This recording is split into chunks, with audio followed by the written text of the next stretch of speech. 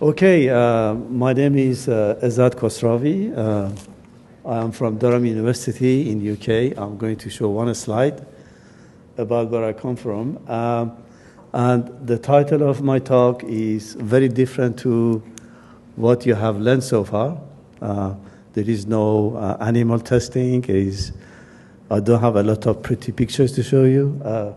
Basically, I'm going to show you how you can functionalize carbohydrates, which is, I think, is going to be very interesting to most of you. And also how to make some interesting materials from the carbohydrates by doing simple functionalization.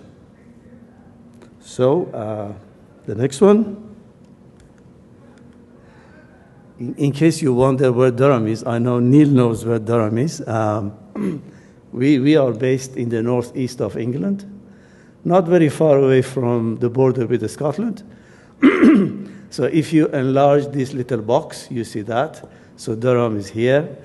In terms of the university, we are the third oldest university in England, after Oxford and Cambridge. That tells you a lot of things. In terms of the chemistry department, we have a very powerful chemistry department. If you look at the league table, we are after Oxford and Cambridge. We were, but this year we moved to number 2. So that's why you see there is a lot of competitions with Oxford and Cambridge. So what I'm going to tell you within the next 20 minutes, first, I'm going to mention the aim of the work. Why are we doing this sort of reactions or modifications? I will be concentrated in 2, HEC and trehalose, which is going to be interesting to most of you, hopefully. By looking at HEC, I'm going to show you how we can use a simple modification reactions to introduce different compositions onto HEC and also graft HEC with some interesting polymers such as PEG, PCl, and PLA, and particularly how we can introduce PDMS. Okay, that will be very, very interesting to see.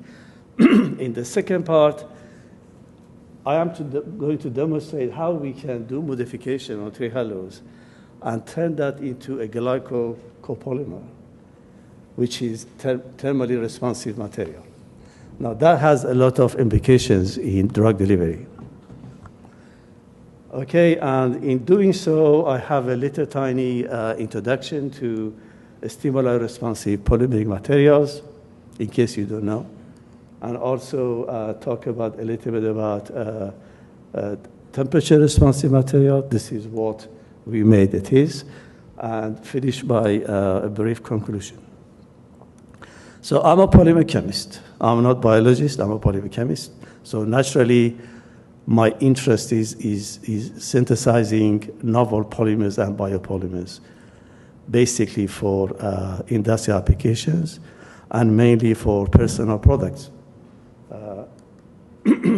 So a big theme in my research is synthesis of biocompatibles and biodegradables for personal products. And at the moment, I have projects running in my group for P&G and also Ashland.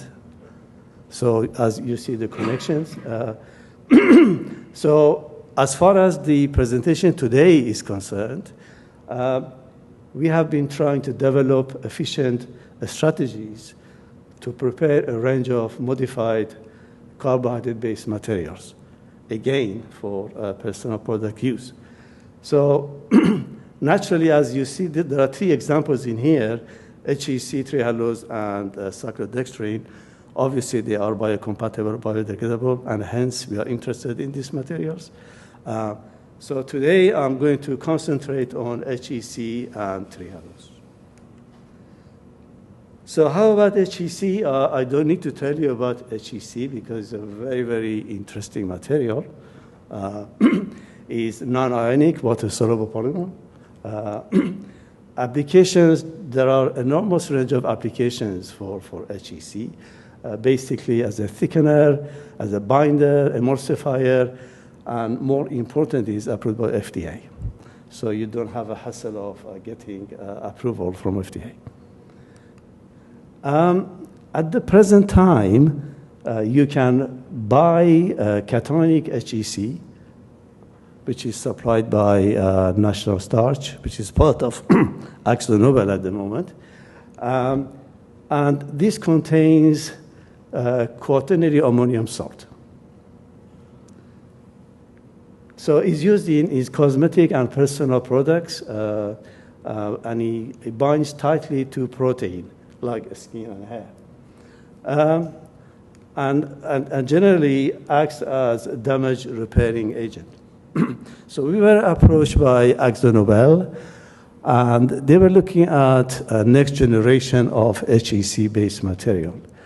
And they wanted us to come up with a very simple way of introducing interesting functional groups, NHC or HEC, in order to be used for personal products. So that was the target we have been given. So we came up, after doing our groundwork, we came up to the conclusion that probably click reaction is the best way forward, as you will see in a minute why click reactions are interesting in this system. So we thought we can use click chemistry to introduce ester groups or carboxylic acid groups. These are different compositions, neutral or basic or acidic, onto HEC. And also use click reactions to introduce, to graft HEC with PLA, which is a biodegradable material, and also PCl, which is also biodegradable, and as well as PEG. PEG on its own is very interesting because if you want to drag anything into water, you attach PEG to it. So most of the drugs you see, it contains PEG. We call them pegylations because it drives the polymer into water, makes it water soluble. And our aim for grafting has been to make HEC. HEC is already hydrophilic anyway, but by attaching a PEG on it, you can make it even more hydrophilic. Or by attaching PLA, PCl, you make it more hydrophobic. So it depends on what you want to do in your formulations. So very quick, I have only 1 or 2 slides about click reactions. Now the click reaction has been around for a long, long time. So you can, basically it's a reaction between a terminal alkyne or an azide. Now you can do that by temperature. Now when you do it by temperature, you get 2 isomers. Now in industry, they don't care about the isomers. You successfully combine the two to make a triazole ring. But it was in 2001 that Barry Sharpless came up with an idea that if you use copper-mediated click reactions, you can use lower temperature, and also you get predominantly 1,4 instead of 1,4 and 1,5. So the reaction is done in the presence of copper-1, but copper-1 is very unstable because it easily oxidizes to copper-2. So the best way to do is to take copper-2 and then reduce it to copper-1 in situ using ascorbic acid or sodium ascorbate. So the reaction is facile, it's absolutely no problem.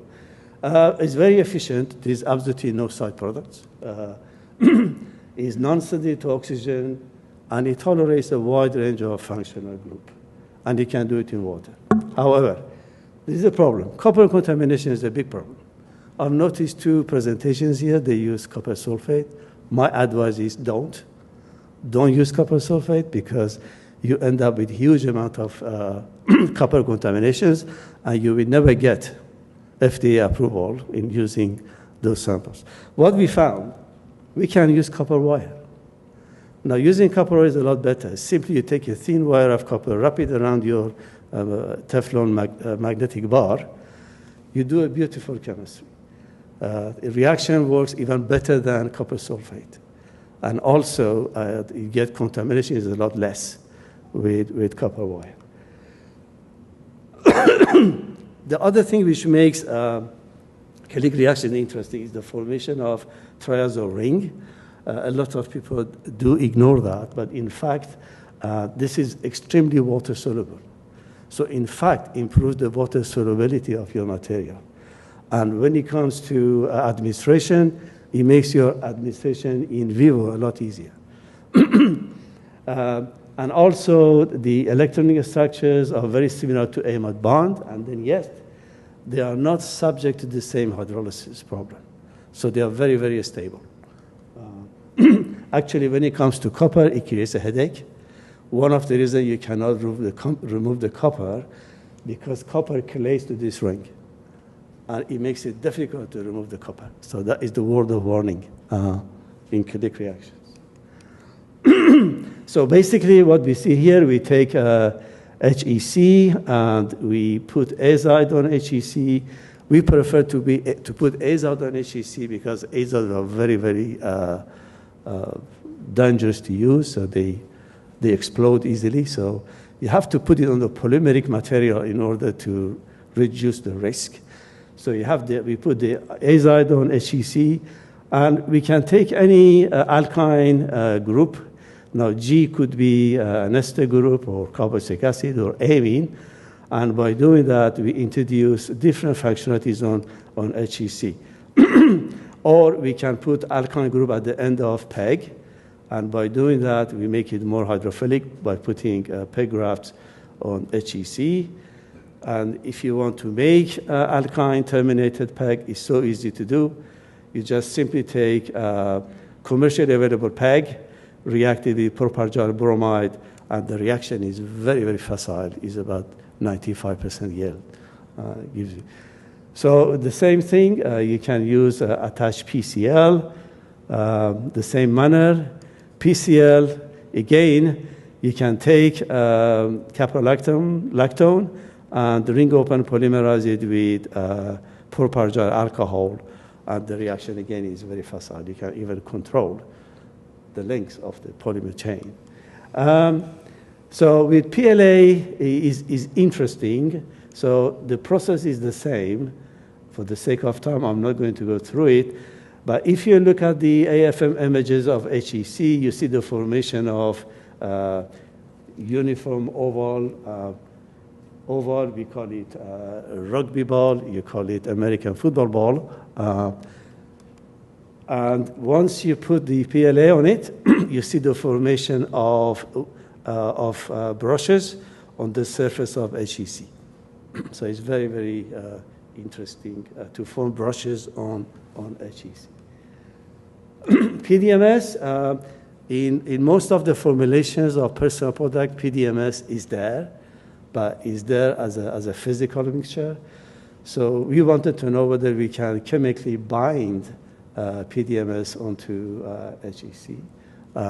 So we've done, it's easily done because we can bind this PDMS with epoxy at the end. So we can then open this epoxy with using propargyl amine. It's very easily done. Again, yield is about 97%. And once you've done that, then you are in business. You can do the click reaction. And by doing that, you attach the silicone PDMS onto HEC. Of course, in personal product, they only add about 2-3% PDMS. So, and we wanted to mimic the same mixture. So once we've done the analysis, we designed it to be about 6.4%, and we found about 8.15%. And so as well as the beauty of system here is, as well as PDMS, we can have ester groups, we can have amines, or we can have carboxylic acid. So that gives you a wide range of materials to look at for personal products, whether you want cationic, or anionic, or neutral. Okay, let's look at the thermoresponsive. Am I okay with time? Yeah? Great. Okay. So how about stimuli-responsive polymers? Now, these polymers are very, very interesting because under certain temperature or pH, they go through different phases, and they are very, very interesting. And generally, this transition phase or phase transition is triggered by ionic interactions or maybe by hydrogen bonding or hydrophobic effects. Now, the hydrophobic effects is what I'm going to show to you how we can use a good balance between hydrophilic and hydrophobic in order to design LCSD at particular temperature. So the way that it happens, the most popular ones are temperature-responsive polymers because they exhibit a lower critical solution temperature. Basically, at certain temperature, below their LCST, they are completely soluble because they form hydrogen bonding with water. So they have a kind of coil conformation. So as you hit them in the solution, the water is lost, and the chain becomes hydrophobic and it collapses. Okay? Now this happens at a certain temperature, which is known as LCST. So the beauty here is when you cool it down, the process has to be repeatable. Okay? But that only depends if once the chain collapses, if there is no interactions within the chain, like another hydrogen bonding, for example, then there is no hysteresis. Hysteresis here means the difference between heating and cooling, right? If heating and cooling happens at the same temperature, so you get LCST at the same temperature, then there is no hysteresis. So that has been a major, major challenge to achieve. Can we make a completely reproducible, reversible materials with LCSD? Application has been in drug delivery, particularly delivery of water. This is just one example here I'm showing you. Here, this is the hydrated gel. So if you have a skin which is hot or you have a burn, you can put it on your face. So as the gel reaches the temperature of the body, it ejects water. So by doing that, it actually cools down the skin. So how does it work? It's based on responsive hydrogel, so it's a reversible collapse and expansion. So let's see how it works. So basically, it's a hydrogel, contains water, polymer, water, and drug. So this is below LCSD. So once it goes above LCSD, the actual hydrogel contracts and releases water. So that is the basic of releasing drug as well as water. This is how it works.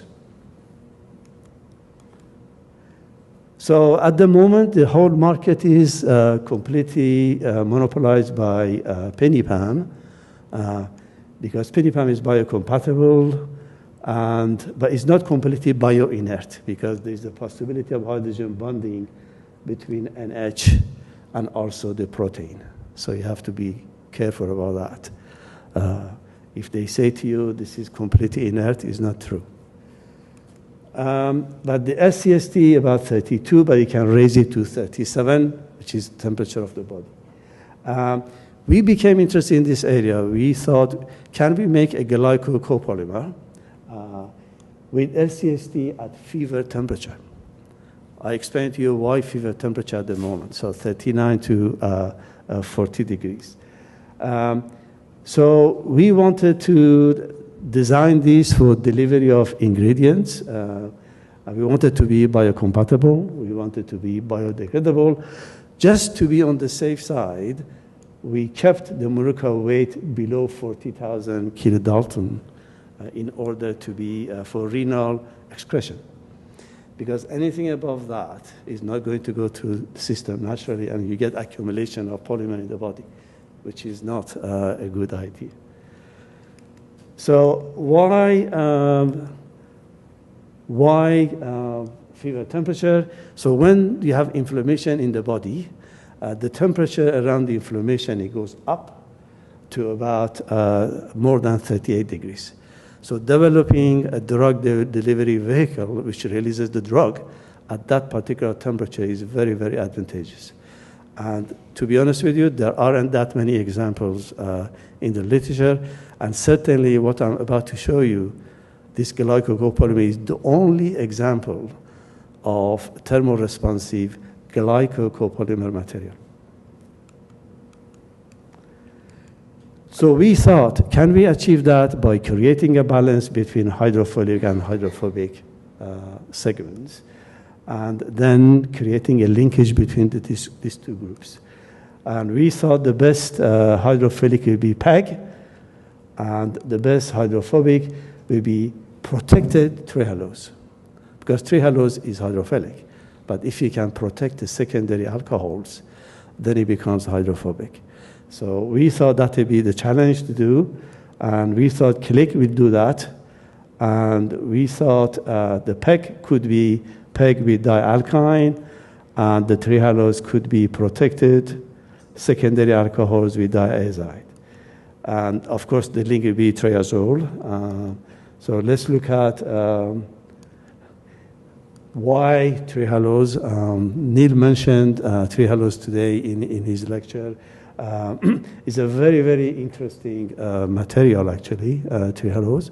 Well, obviously, is a 2-glucose molecule, and it occurs in many living organisms, such as mushrooms, insects, and yeast. Has a sweetness property like sucrose, but it has no effect on the level of sugar in the blood. This is very interesting too. But the other interesting thing to look at is it actually suppresses degradation of lipids. And this is responsible for aging. And because of that, it has a potential application in personal care and cosmetic applications. And PEG, for many reasons, in neutral, water-soluble, biocompatible, is non-toxic and approved by FDA. So all the materials we are looking at are very, very safe to use, apart from the copper. And if somebody asks me questions, I'll explain to you why later. So here, let's look at it. So here we have an alternating glycopolymer. So it's a segment of PEG followed by segment of protected trehalose. Now, if the length of the PEG is about 200, the material does not dissolve in water because it's dominated by hydrophobicity of the trehalose, protected trehalose. Now, if you increase the length to 1,000, then it becomes very, very water-soluble because you've changed the balance. Now it's very, very hydrophilic and stays in water and it doesn't show you any LCST. However, if you make the PEG around 600, it gives you a beautiful balance between hydrophilic and hydrophobic. So if you look at the cloud, so at room temperature is a crystal clear solution. You can see the optical micrograph is absolutely clear. And so is the coil below LCST. When you hit it, it goes cloudy. And you can see again the formation of globules above LCST. And it happens at 39 degrees. So it's a beautiful material to be used. I should mention, we haven't been able to apply it to any practical terms because of the copper contamination. Okay, the company was not interested in taking it forward because although it's a beautiful material, but we do have a problem of removing. We can take it down as far as 200 parts per million, but I am told ideally you need to be well below 100, but ideally about 50. But if somebody asks me questions, there is one slide I want to explain to you why they are wrong. Okay. So that's the conclusions. Basically, I showed you how to functionalize HEC and prepare a range of interesting materials, and also how to use a click to graft HEC with interesting polymers, how to make alternating linear glycopolymer with a good balance between hydrophilic and hydrophobic. And this temperature turns out to be at 39. Now, the most interesting aspect that I want to point out is that this material has no hysteresis, right? So whether you heat it or you cool it, LCST is always 39. This is unique. As far as I know, there is no examples in the literature which has this behavior.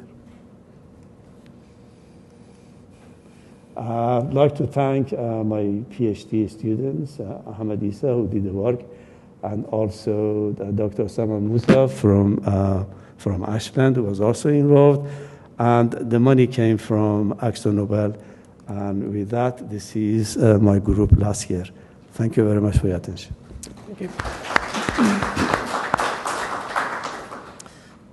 One or two questions from the audience for this excellent presentation? Different to what you've heard so far. Yeah, Neil? So, the melting temperature is 39 degrees C. This is both ways. If you take It's not a melting. No, Phase transition. Okay, I'm figure of speech. Yes, sir.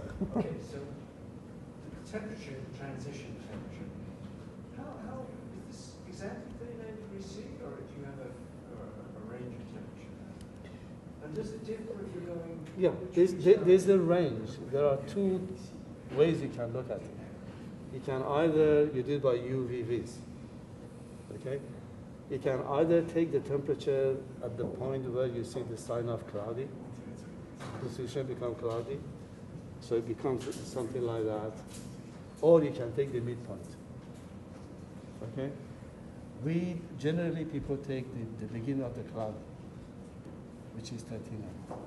So it's always, it doesn't matter how many times you hit it, it's always 39. And when you cool it down, exactly as 39, it becomes crystal clear. So what about the influence of some sort of lime, a salt? Well, we are using distilled water in here. And to be honest with you, we haven't tried it with ions. But the ion, as known, it suppresses the melting, as you said, or it maybe decrease the cloudy or increase the cloud, depends. That may be a good thing, right? Yeah. Other applications. Oh, yeah, absolutely. Yeah. Oh, yes. In reality, you don't need to use distilled water. So if you use other waters, then you have to identify what minerals you have in the water. Okay. Any other questions? Did this other, please go ahead. This might be a stupid question, but I completely follow the mask, how that, reduction in size will deliver the Water. The water. In your case where it's drug, where is the drug compared to this polymer? Well, drug, there are two ways you can do it. You can either, generally the way they do it in terms of hydrogel, the drug is actually mixed with it's soluble in water and mixed with the hydrogel. And when it collapses, it releases water which contains drug. So the drug is not bound to the hydrogel. There are other complicated systems of delivering drug. That is to put in the drug on the polymer, carry it to the specific site, and then chop it off to release it. This is a lot easier. Okay, thank you. Neil, is this other gentleman here, or is he not here? Okay. Dunk. So my understanding is that that's the last talk, so am I correct? Yeah. Okay. Okay. So what I'd like to do is we're going to have coffee. Obviously, we're running late with coffee.